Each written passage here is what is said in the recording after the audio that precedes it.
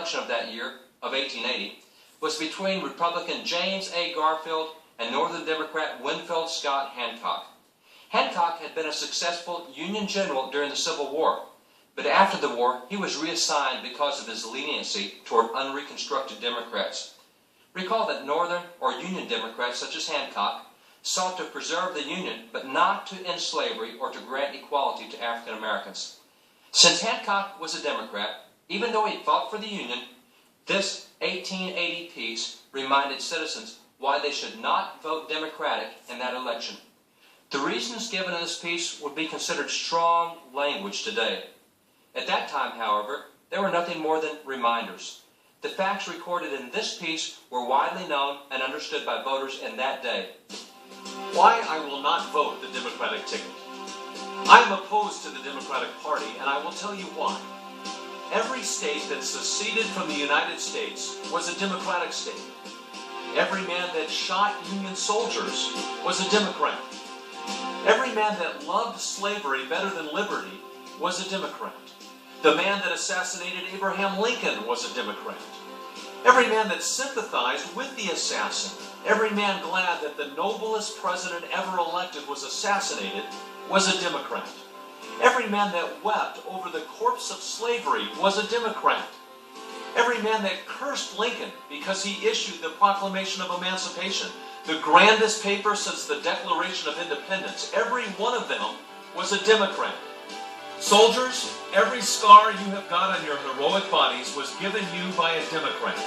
Every scar, every arm that is lacking, every limb that is gone, every scar is a souvenir of a Democrat. That broadside then contrasted the Republicans with the Democrats. The Republicans have done some noble things, things that will be remembered as long as there is history. But there are some things they did not do. They did not use an army to force slavery into Kansas. They were not Knights of the Golden Circle. They did not oppose emancipation. They were not Ku Klux. They did not scourge and hang and shoot and murder men for opinion's sake. They did not organize the Louisiana White League or the South Carolina Rifle Clubs. They did not drench the South with the blood of inoffensive colored men. The piece concluded with a simple question. Can the Democratic Party and all Democrats say as much?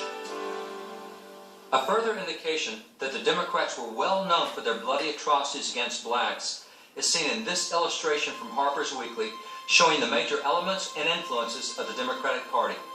The illustration shows the various banners under which Democrats gathered, and those banners included the Stars and Bars carried by Confederate soldiers, the pro-slavery banner, the Ku Klux Klan banner, the New York Rioters banner, referring to the massive riots instigated against blacks by the Democrats in New York, leading to the killing and injuring of as many as 1,000 citizens, and finally, the Democratic banner of repudiation, referring to the Democrats' opposition to paying the national debt incurred in putting down the Southern pro-slavery rebellion.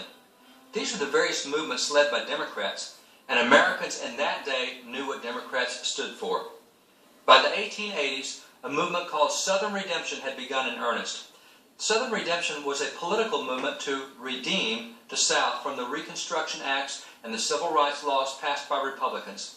Laws and acts that Southern Democrats believed threatened their version of a Southern society. The best way for the Democratic legislatures to redeem their state was to deprive black Americans of their political rights through the passage of state laws that restricted, removed, or even blatantly violated their civil rights, as well as through the prompt repeal of state laws that had suppressed Klan violence. Representative John Roy Lynch, who not only had helped pass the original federal civil rights laws, but who also witnessed their subsequent violation at the state level throughout the period of Southern Redemption, accurately noted, "The opposition to civil rights in the South is confined almost exclusively to states under Democratic control." Democrats understood how important it was to their survival to prevent blacks from voting. In fact, this illustration from that period shows an allegory of the Bible story of Samson, who lost his strength when his hair was cut. In the picture, you see that the woman has used her razor, called the Lost Cause Regained, to cut the black Samson's hair and cause him to lose his strength. And what is his hair? His strength? It is called suffrage, or voting. With the strength, or the vote, of black Americans removed, you see the various Democratic groups and leaders rejoicing in the background, including Confederates, the KKK, pro-slavery forces, and various famous Democratic leaders of that day, including General Nathan Bedford Forrest, who headed the Ku Klux Klan. By the way, notice the phrase, the Democratic barbecue, and the Democrats are burning various books in the foreground, including the Holy Bible. As this illustration confirms, limiting black voting became the major goal for Southern Democrats. Given the explicit federal voting protections that had been established by the 14th and 15th Amendments and by the numerous federal civil rights laws, it was no easy task for Democrats to circumvent these protections.